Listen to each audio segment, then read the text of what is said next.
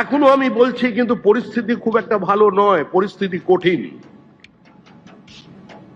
দীর্ঘ সাধনার পরে এই সরকার এসছে। বিজেপি কর্মীদের জন্য পশ্চিমবঙ্গে বিজেপি নির্বাচিত হয়নি, সরকার আসেনি, সারা ভারতবর্ষের মানুষের যোগদান ছিল। এক একজন দুবার তিনবারের জেতা এমপি বিভিন্ন গ্রামে থেকে গিয়েছেন। ন্যারেটিভ তৈরি করা থেকে শুরু করে সমস্ত কিছু কেন্দ্রীয় নেতৃবৃন্দ আমাদের সহযোগিতা করেছেন। সোনার চামচে মুখে দিয়ে তো সমস্ত এমএলএ এমপি বানিয়ে দেওয়া হয়েছে। সংগঠন দিয়েছে পার্টি, টাকা দিয়েছে পার্টি, টিকিট দিয়েছে পার্টি। তারপরে জেতার পরে আমার যোগ্যতায় আমি জিতেছি, আর যিনি হেরে গেছেন জেতার পরেই কোন মন্ডল প্রেসিডেন্ট আমার সঙ্গে কাজ করেনি, জেলা আমায় সম্পূর্ণ অসহযোগিতা করেছে, আমি আমার মতো করে নির্বাচন জিতেছি, এই গল্প কথা কেউ শুনতে রাজি নয়। যারা এমএলএ হয়েছেন মনে রাখবেন, তারা পার্টির ঊর্ধ্বে নয়। পার্টি এখানে শেষ কথা বলবে। পার্টি মানে শ্রমিক ভট্টাচার্য নয়, পার্টি মানে একটা ব্যবস্থা। জয় হিন্দ বন্ধুরা, আমি দীপঙ্কর মন্ডল, আপনারা দেখছেন নবান্ন নিমন্ত্রণ। আপনাদের সবাইকে স্বাগত। বন্ধুরা, রাজ্য বিজেপির সভাপতি শ্রমিক ভট্টাচার্যের বক্তব্যটা মন দিয়ে শুনলেন। বড় বক্তৃতা ছিল, একটা প্রশিক্ষণ শিবিরে তিনি বলেছেন। সেখান থেকে একটা নির্বাচিত অংশ আপনাদের শোনালাম। সেখানে তিনি কি বলছেন ইঙ্গিতটা বুঝতে পাচ্ছেন। যে কথাটা তিনি বলেননি সেই কথাটা আমরা বলছি আপনাদেরকে। দেখুন, রাজ্য বিজেপির সদর দপ্তর, বিভিন্ন এমএলএর কার্যালয় বা বিভিন্ন জায়গায় যে কথাটা আলোচনা হচ্ছে, একটুখানি আপনারা কান পাতলেই শুনতে পাবেন। দাদা মাল তুলছে, দিদি মাল তুলছে।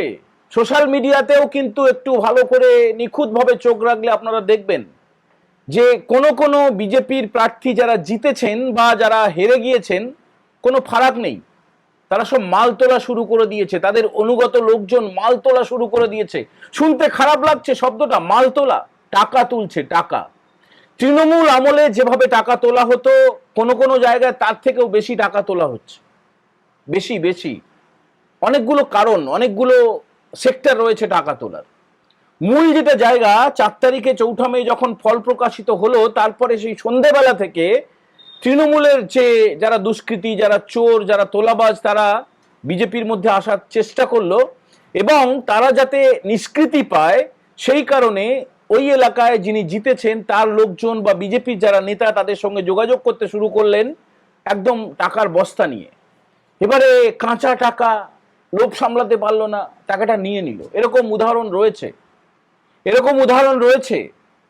দেখুন, এই যে সিস্টেমটা রয়েছে না ভারতীয় জনতা পার্টির, একদম দিল্লি থেকে রাজ্য পর্যন্ত বা একদম মন্ডল স্তর পর্যন্ত, সেটা কিন্তু ঢেলে সাজানোর কাজ শুরু হয়ে গেছে। মানে যারা টাকা তুলছে তারা যে পদে থাকবে এমন কোনো গ্যারেন্টি কিন্তু নেই, কোনো গ্যারেন্টি নেই। যিনি বিজেপির সর্বভারতীয় সভাপতি নীতিন নবীন, তিনি আজকে তার কমিটি ঘোষণা করেছেন। বেশ কয়েকজন general secretary, national general secretary, vice president, treasurer, IT incharge, সমস্ত জায়গায় ঢেলে সাজানো হয়েছে। নতুন বেশ কয়েকটা মুখ উঠে এসেছে। এ রাজ্য থেকে মনোজ টিগ্গা এবং মধুচ্ছন্দা কর, তাদেরকে জাতীয় কমিটিতে তাদেরকে সামিল করা হয়েছে। মনোজ টিগ্গাকে ন্যাশনাল সেক্রেটারি করা হয়েছে, আর মধুচ্ছন্দা করকে ন্যাশনাল ভাইস প্রেসিডেন্ট করা হয়েছে। ন্যাশনাল ভাইস প্রেসিডেন্ট বিজেপির এর আগে এ রাজ্য থেকে কারা ছিলেন বলুন তো? দিলীপ ঘোষ ছিলেন। তার আগে কে ছিলেন? মুকুল রায় ছিলেন। মুকুল রায় 2019-এ ফল যখন বিজেপির ভালো হলো লোকসভা ভোটে, তারপরে তাকে জাতীয় সভাপতি করে দেওয়া হলো। দিলীপ ঘোষকে করা হয়েছিল। এই পদগুলো কিন্তু এলেবেলে পদ না, ছোটখাটো পদ না। গোটা দেশের নিরিখে ভাইস প্রেসিডেন্ট হলেন এ রাজ্য থেকে, পশ্চিমবঙ্গ থেকে। যেহেতু পশ্চিমবঙ্গে একটা ভালো ফল করেছে, অত্যন্ত স্বাভাবিক। এবং এরপরে যেটা শোনা যাচ্ছে যে পশ্চিমবঙ্গ থেকে 2জন সাংসদকে, রাজ্যসভা এবং লোকসভা মিলিয়ে বলছি, 2জন সাংসদকে ক্যাবিনেটে সামিল করা হবে। মোদী মন্ত্রিসভায়, কেন্দ্রীয় মন্ত্রিসভায় 2জন পূর্ণ মন্ত্রী পেতে চলেছে আমাদের রাজ্য, গোটা দেশের। সেখানে শ্রমিক ভট্টাচার্যও থাকতে পারেন এবং পূর্ণমন্ত্রী হলে সম্ভবত তাকে এই বিজেপির যে রাজ্য সভাপতি পদ তাকে ছাড়তে হতে পারে। দেখুন, সেটা পরের কথা, আগে হোক তারপরে দেখা যাবে। কিন্তু শ্রমিকবাবু অত্যন্ত দক্ষতার সঙ্গে সামলাচ্ছেন, এটা নিয়ে কোনো সন্দেহ নেই। প্রাথমিকভাবে আমাদের যেটা মনে হয়েছিল যে কি ব্যাপার, হঠাৎ করে সিপিএম এর পার্টি অফিস খুলে দিচ্ছে, তৃণমূলের পার্টি অফিস খুলে দিচ্ছে, ভয়ে পালিয়ে গেছে, তালাবন্ধ পার্টি অফিস। বিজেপির ছেলেরা গিয়ে শ্রমিক ভট্টাচার্যের নির্দেশেই গিয়ে, এবং অবশ্যই রাজ্যের এখনকার যিনি মুখ্যমন্ত্রী শুভেন্দু অধিকারী, তিনি একদম নির্দেশ দিয়ে দিয়েছিলেন যে ওইসব চোর চট্টাদের জায়গায়, অপবিত্র জায়গা দখল করার দরকার নেই, সব ছেড়ে দাও। তো সিপিআইএম এখন একটা অক্সিজেন পেয়ে গেছে। একটা মাত্র তাদের বিধায়ক এমন একটা ভান করছে যেন সরকারটা যে কোনো মুহূর্তে পড়ে যাবে, এমন একটা ভান করছে, এমন লেখালেখি ফেসবুকে, এমন মিছিল, এমন মিটিং, এমন কথাবার্তা, যেন সরকারটা এক্ষুনি পড়ে যাবে। দেখুন, শ্রমিক ভট্টাচার্য বলেছেন যে ওই 2-5 জন 20-25 জন এমএলএ এদিক ওদিক হলে কিছু যায় আসে না, তাই তো 208টা যেখানে এমএলএ রয়েছে বিজেপির, সেখানে কয়েকজন এলো গেল, কয়েকজন জেলে ঢুকলো, কয়েকজন বাড়িতে বসে থাকলো, কয়েকজনকে বহিষ্কার করা হলো, কিচ্ছু যায় আসে না। ইঙ্গিতটা কিন্তু স্পষ্ট, একদম পরিষ্কার ইঙ্গিত দিয়ে দিয়েছেন। আর অন্যদিকে এই ভিডিওর শেষে আমরা রাজ্যের মুখ্যমন্ত্রী শুভেন্দু অধিকারীর বক্তব্য শোনাবো, ধৈর্য ধরে শুনবেন। ভালো লাগলে লাইক করবেন, শেয়ার করবেন। যারা প্রথমবার দেখছেন নবান্ন নিমন্ত্রণ চ্যানেলটাকে সাবস্ক্রাইব করে বেল বাটনে প্রেস করে দেবেন। আর এই এপিসোড যদি মনে হয় যে ভালো হয়েছে তাহলে একটু হাইপ তুলে দেবেন। দেখুন, অমিত মালব্য ছিলেন এ রাজ্যে আইটির ইনচার্জ, তিনি ন্যাশনাল জাতীয় ক্ষেত্রে আইটির ইনচার্জ ছিলেন, এ রাজ্যেই তিনি থাকতেন। আমরা বেশ কয়েকবার দেখাও করেছি, মিটিংও করেছি, কথা বলেছি, বোঝার চেষ্টা করেছি ভোটের আগে যে তাদের আদৌ ইচ্ছাটা রয়েছে কিনা। তার কারণ আপনাদের অনেকেরই মনে হয়েছিল যে বিজেপি আদৌ চায় তো এ রাজ্যে ক্ষমতায় আসতে, আমাদেরও সেটা মনে হয়েছিল। আমরা ভূপিন্দর বাবু, যিনি কেন্দ্রীয় মন্ত্রী, তার সঙ্গে দেখা করেছি, অমিত মালব্যর সঙ্গে দেখা করেছি, আরো বেশ কয়েকজন, বিপ্লব দেবের সঙ্গে মিটিং করেছি। আমরা বোঝার চেষ্টা করেছি তারা সিরিয়াস কিনা, আদৌ তারা সিরিয়াস কিনা। কিন্তু তারা তাদের কথাবার্তায় বুঝিয়ে দিয়েছেন যে তারা ড্যাম সিরিয়াস। তারা একদম ওই সূচক্র মেদিনীও ছাড়তে চান না। প্রত্যেকটা অংশ থেকে, যেটা শ্রমিক ভট্টাচার্য বললেন যে জাতীয় ক্ষেত্র থেকে নরেন্দ্র মোদী, অমিত শাহ ছেড়ে দিন, পুরো কেন্দ্রীয় নেতৃত্ব ঝাঁপিয়ে পড়েছিল এ রাজ্যে। কেন্দ্রীয় যারা দায়িত্বে রয়েছেন, মন্ত্রীরা, সাংসদরা, অন্যান্য নেতারা, নেত্রীরা, তারা এসেছেন বারবার। বেশ কয়েকটা রাজ্যের মুখ্যমন্ত্রী এসেছেন এই রাজ্যে। এবং অবশ্যই এ রাজ্যের যারা কার্যকর্তা, এ রাজ্যের যারা নেতা, সবচেয়ে উজ্জ্বল নাম হচ্ছে শুভেন্দু অধিকারী। তিনি কাকদ্বীপ থেকে কোচবিহার পর্যন্ত চষে বেরিয়েছেন। সবাই মিলে একটা মিলিত প্রচেষ্টা করেছেন, তার ফলে কিন্তু তৃণমূলের মতো একটা জগদ্দল পাথরকে সরানো সম্ভব হয়েছে।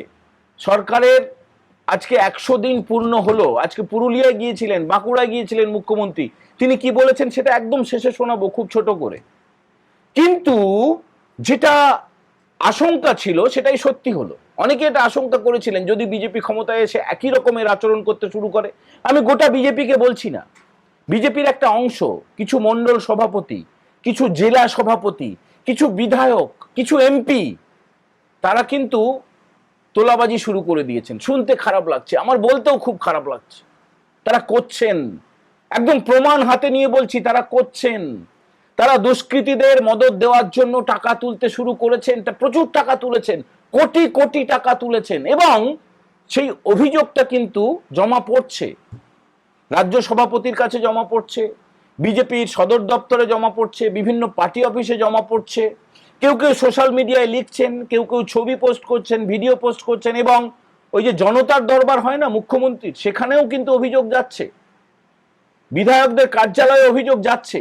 অস্বীকার করার উপায় নেই, যেটা ফ্যাক্ট সেটা ফ্যাক্ট। আপনারা যদি কোনো এমএলএ এর কার্যালয়ের সামনে বা সল্টলেকে যেখানে সদর দপ্তর, সেখানে যদি সম্ভব হয় একটু সময় নিয়ে একদিন একটু দাঁড়িয়ে থাকবেন, 2 ঘন্টা দাঁড়াবেন, দেখবেন কিছু মানুষ আসছেন, তাদের মুখে কথা শুনবেন, দাদা টাকা কিন্তু তুলছে, দিদি টাকা কিন্তু তুলছে, শুনতে পাবেন। তো এই টাকা তোলাটাকে কিন্তু বন্ধ করার প্রক্রিয়াটাও শুরু হয়ে গেছে।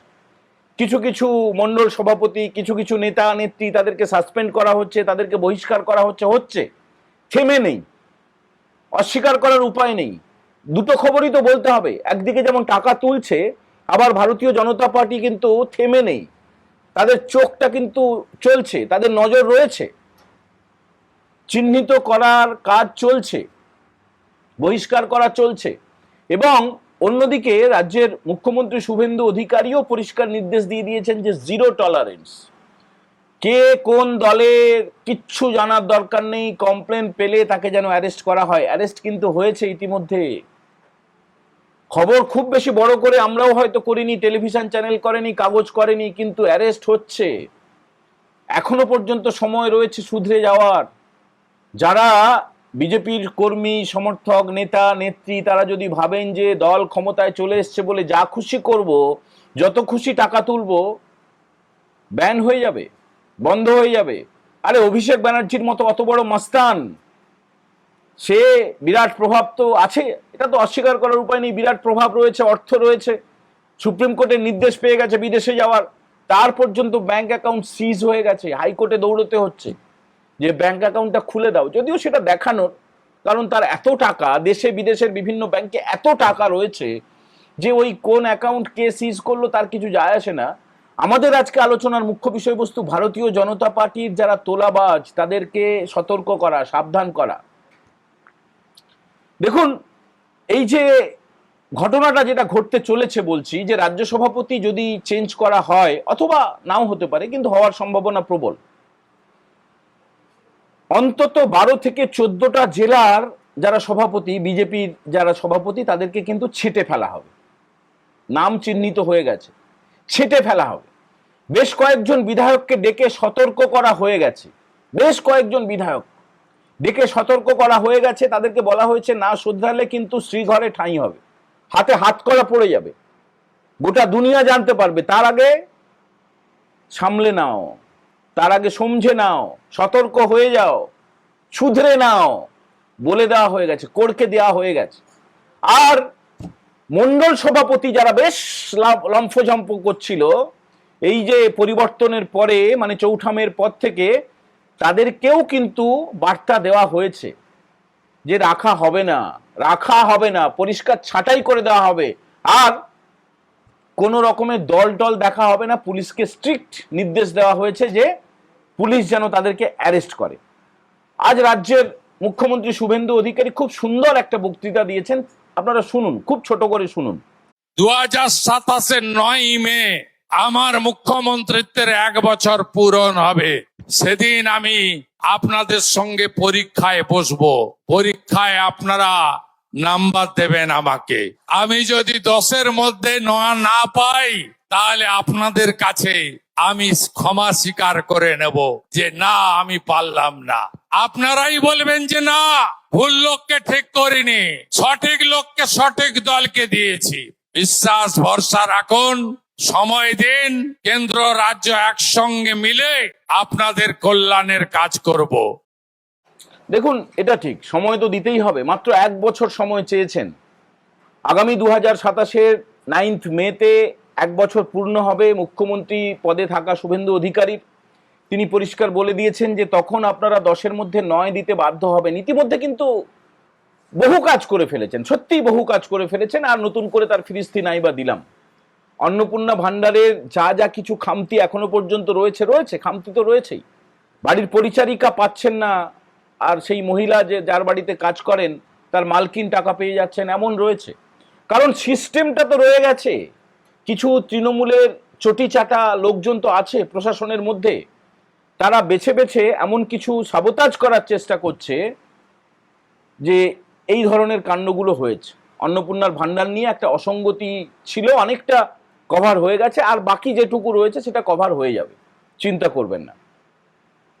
আর একদম পরিশেষে একটা কথা বলতে চাই যে দেখুন, অমিত মালব্যর মতো লোককে সরিয়ে ছত্তিশগড়ের দীপক মাস্কেকে আনা হয়েছে, ভাবা যায় না। অত্যন্ত মেধাবী, অত্যন্ত যোগ্য অমিত মালব্য অবশ্যই, কিন্তু যেহেতু আগামী বছর উত্তরপ্রদেশে ভোট রয়েছে, পাঞ্জাবে ভোট রয়েছে, তারপরে আবার লোকসভা ভোট এগিয়ে আসছে, তার মাঝে ওই পচা শামুকে পা কাটতে চাইছে না বিজেপি। কোনো রকমের বদনাম, কোনো রকমের এই সাদা জামায় কোনো দাগ লাগাতে চাইছে না। একদম নরেন্দ্র দামোদর দাস মোদী আর অমিত শাহ তাদের একদম নির্দেশে যা যা কিছু করার তাই তাই চলছে। আপনারা খুব বেশি উদ্বিগ্ন হবেন না, খুব বেশি তাড়াহুড়ো করবেন না। এটা আমরাও মাঝে মধ্যে করে ফেলছি, মাঝে মধ্যে হতাশা ব্যক্ত করে ফেলছি, কিন্তু এই যে বিজেপির মধ্যেকার তোলাবাজ, তাদেরকে একদম সমূলে সর্বংশে তাদেরকে উপড়ে ফেলা হবে। আজকের এপিসোড কেমন লাগলো অবশ্যই কমেন্ট করে জানাবেন। যদি মনে হয় ভালো হয়েছে একটু হাইপ তুলে দেবেন, লাইক করবেন, কমেন্ট করবেন। আর যারা প্রথমবার দেখছেন, নবান্ন নিমন্ত্রণ চ্যানেলটাকে সাবস্ক্রাইব করে বেল বাটনে প্রেস করতে ভুলবেন না। এখনকার মতো এই এপিসোড আমরা এখানে ইতি করছি। জয় হিন্দ, বন্দে মাতারাম।